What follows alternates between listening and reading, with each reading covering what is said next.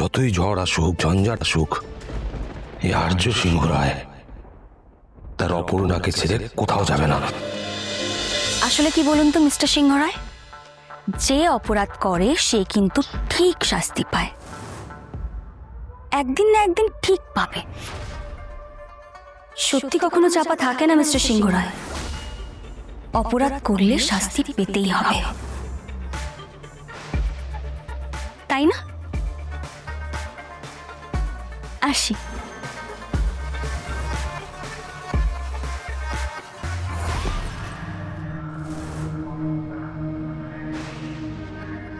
চলুন।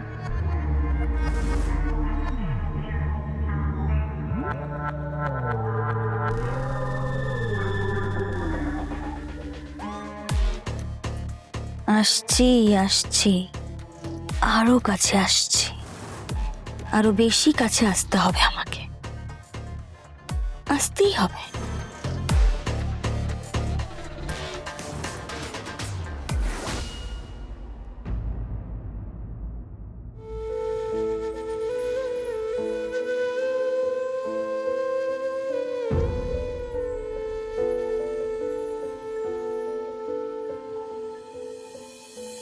সরি অপর্ণা, আমি জানি এটা তোমার জায়গা নয়। এটা তো আমার প্রথমবার নয় স্যার, কিন্তু এবারটা আমার খুব ভয় করছে স্যার, খুব ভয় করছে। ভয় করছে কেন? আমি আছি তো, কিচ্ছু হবে না তোমার, একদম ভয় পেও না, আমি আছি, সেখানে আছি। না, না। আপনি এভাবে এখানে সারা রাত বসে থাকতে পারবেন না স্যার, আপনি ফিরে যান, আমি ঠিক থাকবো। চুপ করে থাকো, আমি তোমাকে ছেড়ে কোথাও যাব না। আমি বলছি শুনুন, আপনি প্লিজ ফিরে যান, আমার খারাপ লাগবে নয়তো। ভয়টা কম লাগবে তোমার, তোমার মনে হবে না যে তুমি একা একা এখানে আছো। কিন্তু স্যার প্লিজ আমার কথাটা শোনো, তোমার আর আমার পথ এখন একটাই, আমরা এক রাস্তার পথিক।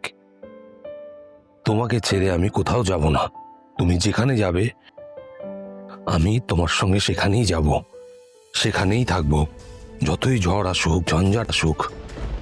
এই আর্য সিংহ রায় তার অপূর্ণাকে ছেড়ে কোথাও যাবে না, কোথাও নয়। কিন্তু প্লিজ প্লিজ আমাকে আমার দায়িত্বটা পালন করতে দাও, আমি তোমাকে সারা জীবন আগলে রাখবো, এই কথা দিয়েছি, সেটা মুখে নয়।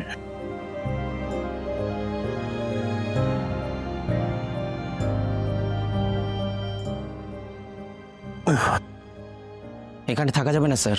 থাকা যাবে না মানে কেন?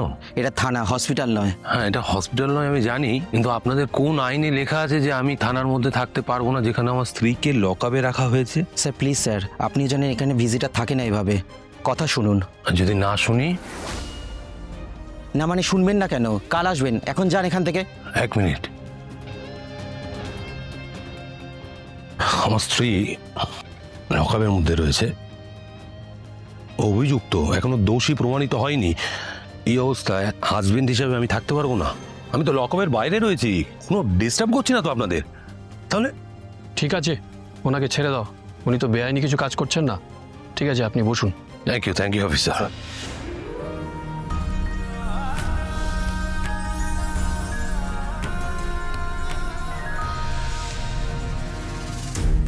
সত্যিকারের ভালোবাসা না কেউ আটকে রাখতে পারে না,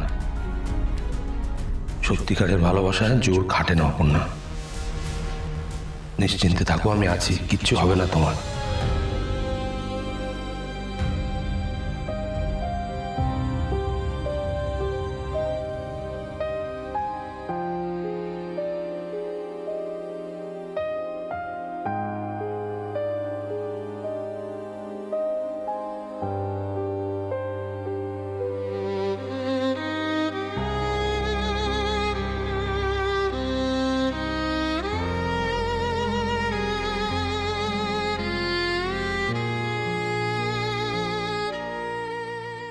আমি ওনার সম্পর্কে জানতে একটা অচেনা লোকের কথায় অবুঝের মতন ছুটে গেলাম।